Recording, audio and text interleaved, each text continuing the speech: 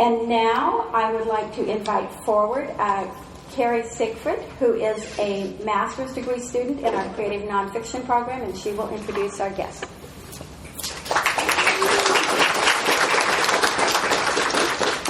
Thank you. The writers that I admire most are the ones who discover the extraordinary through the ordinary, who have the skill to create a world where readers often glimpse surprising pieces of their own lives within, and can sometimes even recover their own long-forgotten memories. In Joanne Beard's work, I found just such a world. Remembering my own blue plaid CPO jacket that I had completely forgotten about made me smile for days afterwards. Few of you in this room probably have any idea at all what a CPO jacket is. And in a way, that's what makes the memory even more precious. And oh my gosh, how I loved that jacket. While not all the memories are as happy, they're still just as real. Even on a 90-degree day in Texas, I can all of a sudden remember what it felt like to come in from outside on a cold and ever-darkening Midwestern winter afternoon to a warm, brightly lit house, smelling of cigarette smoke and steaming vegetables, a house that was seldom what it seemed like from the outside. In both her nonfiction and her fiction, Joanne Beard creates characters that are truly human. Even the popular girls living in Zanesville are not the typical cardboard mean girl characters. Within scenes of ordinary everyday life, we find amazing images. A clarinet sounding like a clear cellophane ribbon unfurling. A deer with legs like canes, feet like Dixie cups. A fish rising over the water like a silver baton. The horrific is sometimes juxtaposed with the ordinary. We see a boy's hand forcibly held over an open flame, and soon after experience the agonies of marching band uniforms. 5 people murdered on a windy autumn day in Iowa City, contrasted with an incontinent dog and the anxieties of an almost ex-husband. And while life on this earth is always moving on, our attention is constantly drawn up to the lights in the night sky. In both of her book-length works, we find elusive, shadowy boys and men who are never completely present, alongside deftly drawn, strong women whose lives are inextricably intertwined. We relive the embarrassment of being noticed in a world where we are trying to escape notice. We feel what it's like to hold on to things because no matter how much you miss them, they never come back once they're gone. Her recent novel, In Zanesville, captures in such stunning detail the rituals and routines of a child on the verge of growing up, adjusting her vision as she looks at her world through a different lens and negotiates relationships in different terms. I felt truly in Zanesville when reading this novel. Joanne Beard holds a BFA and an MA from the University of Iowa. She received the Whiting Writers Award in 1997, was a Guggenheim Fellow, and her work has appeared in the Best American Essays of 1997, the Best American Essays of 2007, Tin House, and the New Yorker. She teaches nonfiction writing at Sarah Lawrence College. I'm so very honored to be able to introduce the author of The Boys of Our Youth and In Zanesville, Joanne Beard.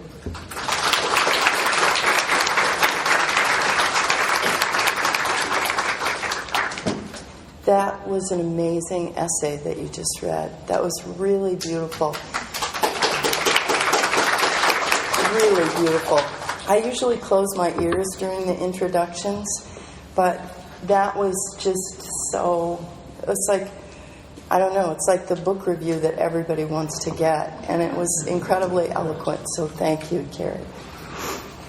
Okay, as some of you know, can you hear me? Do I need to go like this, or can I go like this? I can go like this, okay. I gave a reading last Friday night in which I was sick. I was sicker than I am now because I'm not really sick now, I just have a cough. But it was so bad, this reading was so bad, because I was sneezing, blowing my nose, coughing, and doing other hideous things. And somebody posted later that it was like the best performance art they had ever seen.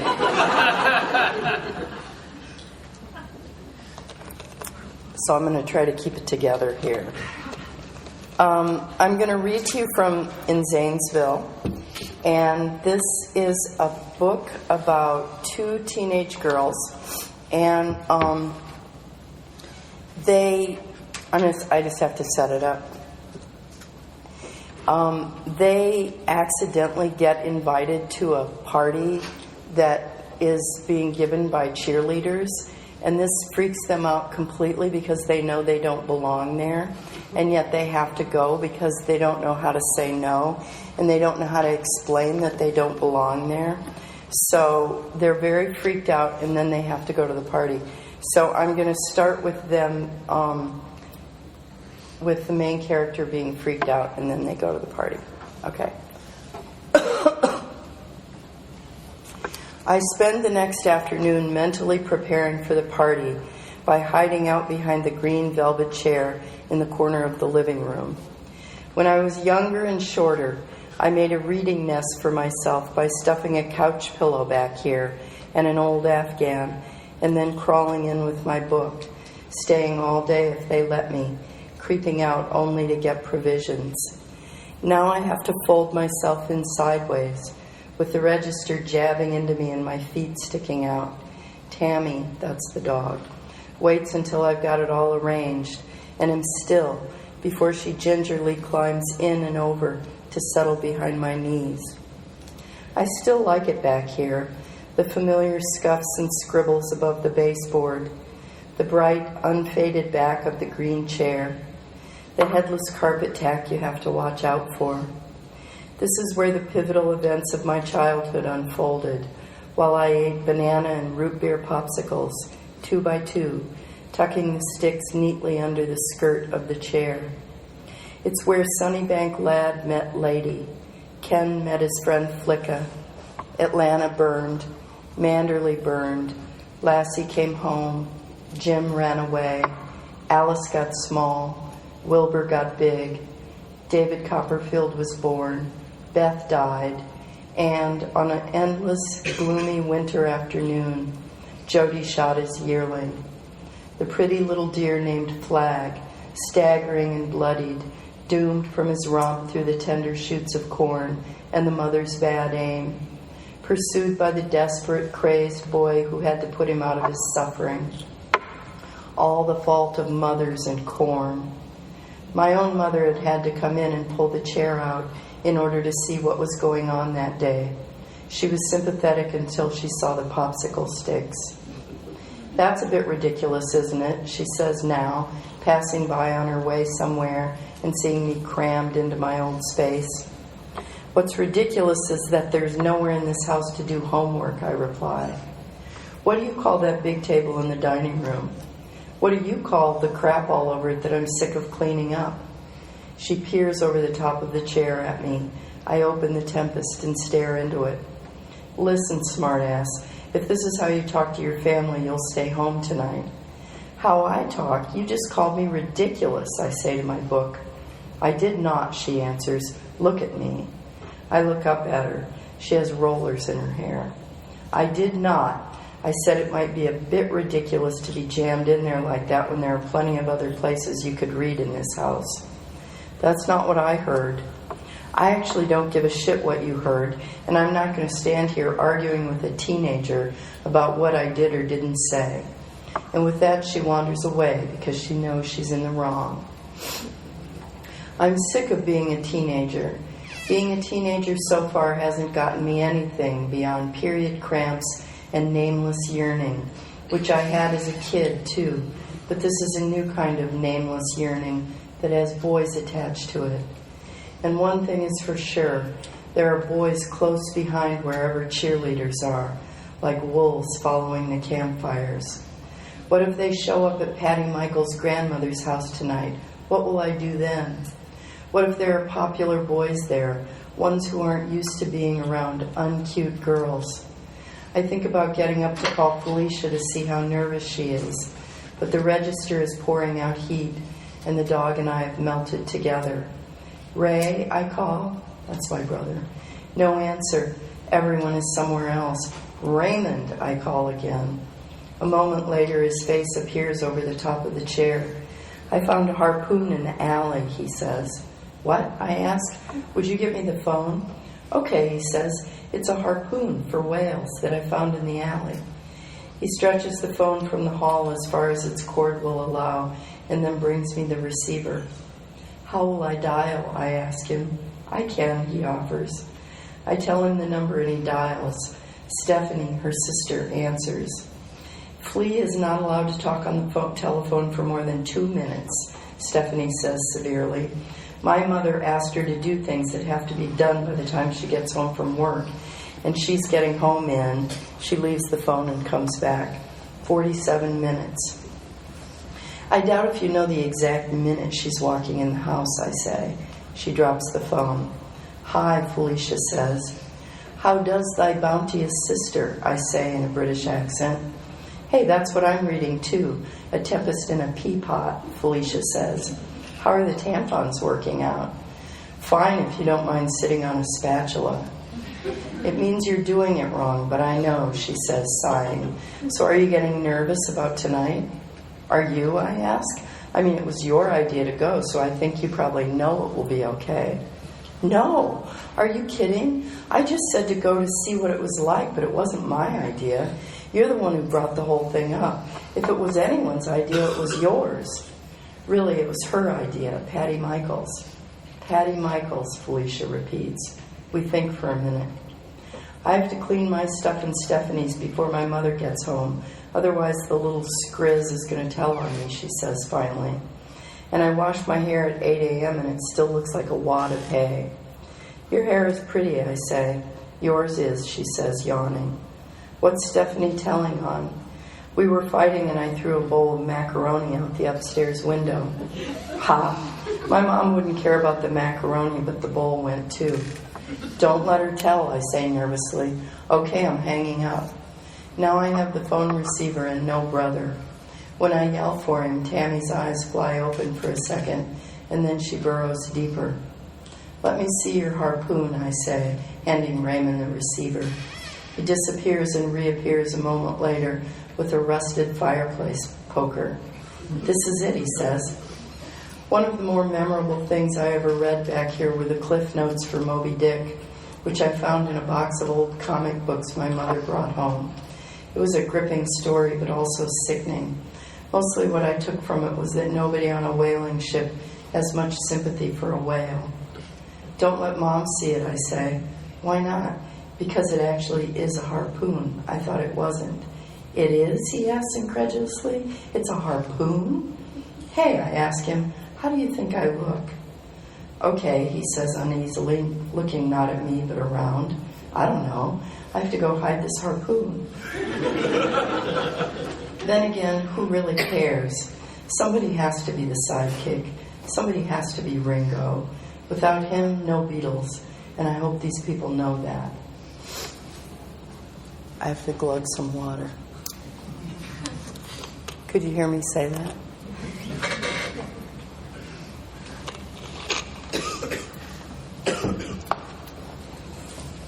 I wish I had this house and they had a better one, my mother says, taking a right turn into the circular drive at Patty Michael's grandmother's house.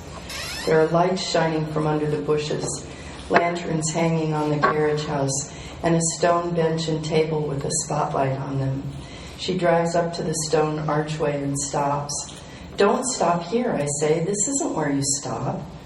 In the back seat, Felicia peers out, chewing the inside of her lip. Yes, it is, my mother says, leaning over me to look at the front door. Actually, 2 doors, painted dark green with a brass knocker and a medieval-looking latch. On either side of the steps are the cement lions, who tonight have birthday hats on, set at a rakish angle. Ooh, those are cute. This isn't where you stop, I insist. You better notice everything they've got, she says, because your mother is going to want to hear about it. Now get out because somebody's coming up behind me. We crawl out with our gear and stand there between the lions. As my mother pulls away and the other car pulls up, the green doors open and there's Patty and several girls. Behind them is a large space with black and white flooring at the bottom and a huge chandelier at the top. Somewhere in the middle is a blur of curving staircase and gold railing. The girls with Patty we've never seen before. The girls coming up behind us are our own cheerleaders. Help. I step back, pressed against a lion, while everyone surges together. Sleeping bags are being dropped. People are saying things. Somehow Felicia is standing on the black and white floor with the rest of them, but I'm still out here with the lion, whose back I've momentarily sat down on. Directly below the sparkling chandelier is a round, marble-topped table, in the center of which sits a big silver bowl filled with malted milk balls, hundreds of them. The grandmother walks into the room, tall, with a cloud of white hair and high cheekbones, a wealthy person who has somehow gotten old. Come in, she calls gaily. Don't be a stranger, my dear. Everyone turns to peer out the door. Oh, they mean me. There's nothing to do but go inside with my stuff, letting them close the door. Lovely girls, the grandmother cries, clapping her hands and looking around animatedly. You're all just the loveliest things. And with that, she walks suddenly out of the room, as though summoned.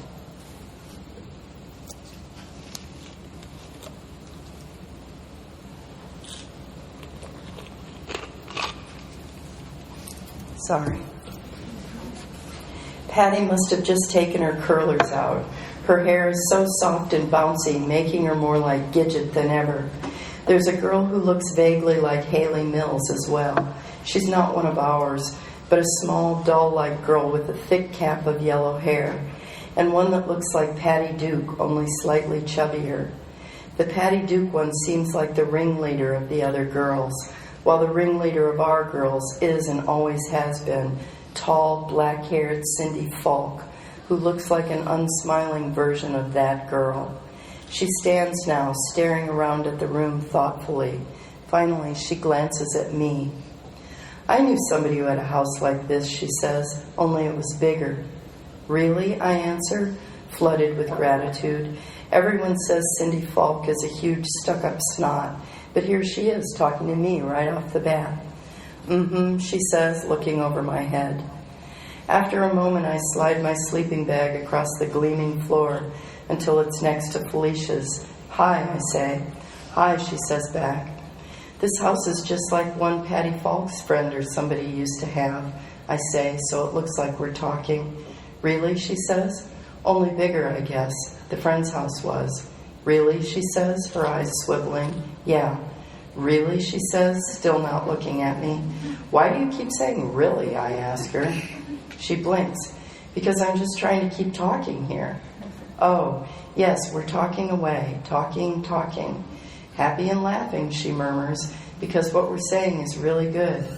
What you're saying is so funny, I tell her, and then laugh. She laughs too. I'm saying something very true and funny, and then I'm listening to the funny, true things you say back. And yes, blah, blah, what do we do if someone wants to know what's so funny? Then we're up shit creek, so dispersed, she says, turning away to look at a painting on the wall. The painting is a mishmash of blue, green, and yellow blobs, connected up with spidery black lines. Here and there, little crimson worms inch their way across the blobs. It might be something our art teacher would like. I slide my sleeping bag over to the pile of other sleeping bags and stand there with an interested look on my face until Patty notices me. Hey, what were you laughing about, she asks. Not really anything, I tell her. But you were laughing with Flea, she insists. Oh, that was about something from earlier. But what, Patty says. Just something she did today that was earlier, I say. Not about anything here. The black and white tile is creating some kind of optical illusion that's making me feel like my legs are too short. But what, Patty persists. Everyone now seems to be listening. Dizzy from the funhouse floor, I put my hand on the marble table beside me. It feels like a cemetery monument, not the sort of thing you want to fall and crack your head on. She threw a bowl of macaroni out the window, I say. Everyone stares at Felicia as she stares at the blobs. For a few seconds there's a flush-faced silence, and then Patty guffaws. I threw half a bag of marshmallows out my bedroom window the other night, she says. They were making me sick. Felicia turns from the painting to look at me, swinging her hair back from her face, which is bright with courage. Now we know why it was taking you so long to come inside. There's a pause as everyone pictures me out there, scrounging marshmallows off the cold ground. I laugh and then everyone laughs.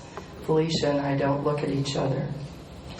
"Za, girls, the za has arrived," the grandmother says, sweeping in to lead us from the hallway, past a living room filled with couches, trees, and a grand piano, down a carpeted corridor, into a dining room with a long, quiet table surrounded by upholstered chairs, through a swinging door, and into a bright, big kitchen. A wagon wheel chandelier with false candles hangs over a long ranch-style table with benches. On one wall is a display of shining copper pans, and on another wall is a large painting of fruit, a pheasant, and a deceased rabbit. The appliances are avocado, and the floor is brown speckled tile, shining with wax. The pizzas are served on pedestals, 3 of them, and there are 11 places set around the table, each with 2 forks and 2 glasses. I have no idea what 2 forks could mean in terms of pizza. Everyone crowds around the table, with me on the end of the bench. The napkins match the tablecloth, green, orange, and turquoise clad, and have been rolled and stuffed into wooden napkin rings, carved to look like zoo animals. Mine is a monkey. "Do you all love pizza?" the grandmother asks. I usually don't, although I've only had the kind my mother makes, which she crumbles hamburger on top of, making it impossible to eat around, and by the time you pick it off, it looks like you're eating something from out of the trash. The closest thing here to one without meat looks like the pepperoni. Across from me is the Haley Mills girl, also on an end. We smile at each other. "Hi," she says, rolling her eyes. "God." "Hi," I say, rolling mine in agreement. We're referring to how crowded we are on the bench. Suddenly, the grandmother appears next to me, holding a large wooden bowl in her arms. The bowl is filled with lettuce, and the grandmother just stands there holding it. I look up at her and she nods encouragingly. I don't know what she means. Just set it down. "Darling, I'm serving you," she says gaily. "Take some delicious greens." In the bowl is a large plastic scissor-like utensil that I've never seen before. On one side is a big spoon, and on the other side is a big fork, hinged in the middle. I don't know how to use it. "Start somewhere else, why don't you?" "Don't you love salad?" she asks. I insist. It appears to be a difficult tool, the scissor fork spoon, and I don't want to try it. What if it has some other purpose I'm not even aware of? Like it's something that her grandmother has to carry around everywhere for some condition. And I suddenly start trying to use it to serve myself salad. I shake my head. "None?" she cries. "Even just a tiny taste of something so lovely?" She won't move on. She's stuck there, cradling the bowl like it's a dear thing, staring around the kitchen, speaking over our heads to an unseen audience of parents and local officials. "It's a new era. Let them eat za and cake only." And with that, she moves on to Kathy Olson, sitting next to me, who expertly tongs herself out a few leaves, a radish flower, and a slice of cucumber. Eventually, they all have salad and are eating. The grandmother starts pouring water from a silver pitcher into one of everyone's 2 glasses. My little gray monkey has his arms clutched around the cloth napkin. I take it away from him, place it on my lap, and stand the monkey up near one of my drinking glasses. He has a white face, pink lips, and brown eyes, each with a tiny fleck of white paint in the center. I turn him so he's looking at Kathy Olson's tiger, painted in brown and yellow. Again, pink lips and the eye flex. "Can I enlist you, darling non-salad child?" the grandmother asks me. She gestures to the counter where there are 5 bottles of pop waiting. I get up, but I don't know what to do with my napkin. I could leave it on the bench or put it next to my plate, but in either place it would look just dumped there. Instead, I slip it into the waistband of my pants. The pop is Pepsi, Team, and Dr. Pepper, 2, 2, and 1, with an opener sitting there. Am I supposed to open them all and leave them there for her to pour? Or am I supposed to carry them over to the table and hand them out, 1 to each 2 girls? Am I supposed to ask people which they want? If I do that, everyone will say Pepsi, and nobody will say Team, let alone Dr. Pepper. Why didn't I just take salad? She's pouring more water, and they're all eating away. I look at Felicia, who looks back at me, coolly chewing. I point to my chin, and her eyes bug out in alarm. She takes her napkin and saws away at her own chin, eyes grateful. I give her a slight nod. Yes, you got it. And then glance questioningly at the pop on the counter. She discreetly mimes opening a bottle, and then looks back to her plate. I open the bottles, put the tops in a little pile, and then stand there until the grandmother says, "Would you be so kind as to serve? And Patty, darling, you help. Pour some icy cold drinks for your friends." "Who wants what?" Patty says, getting up and throwing her napkin down on the bench. I take one of the Pepsis and pour half in my glass, and then walk down the table, squinting to see who might want it, and pour the rest in Felicia's. Then I wander around with the last Dr. Pepper until somebody accepts it. Then I sit back down. Getting up like that really makes you appreciate your spot on the bench. I turn the monkey so he doesn't have to look at the tiger anymore, and try to figure out how to get the last slice of pepperoni. How are people doing it? It's too far down for me to reach. I could just ask someone sitting near it, but then they would have to hand this big limp thing along from person to person.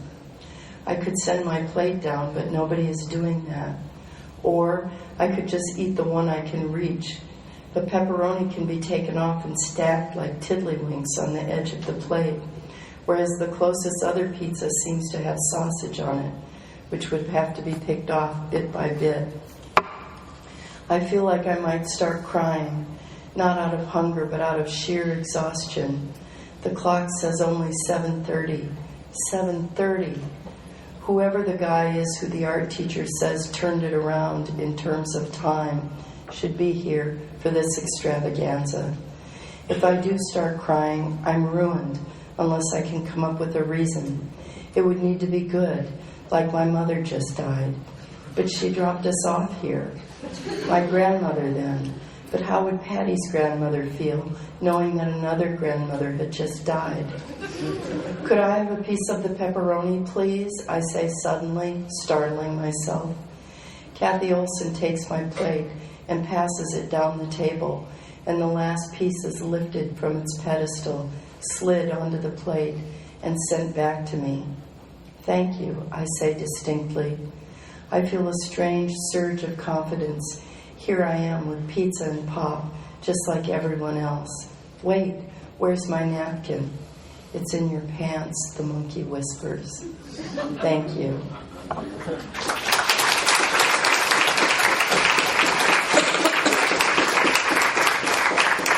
Thanks a lot, everybody.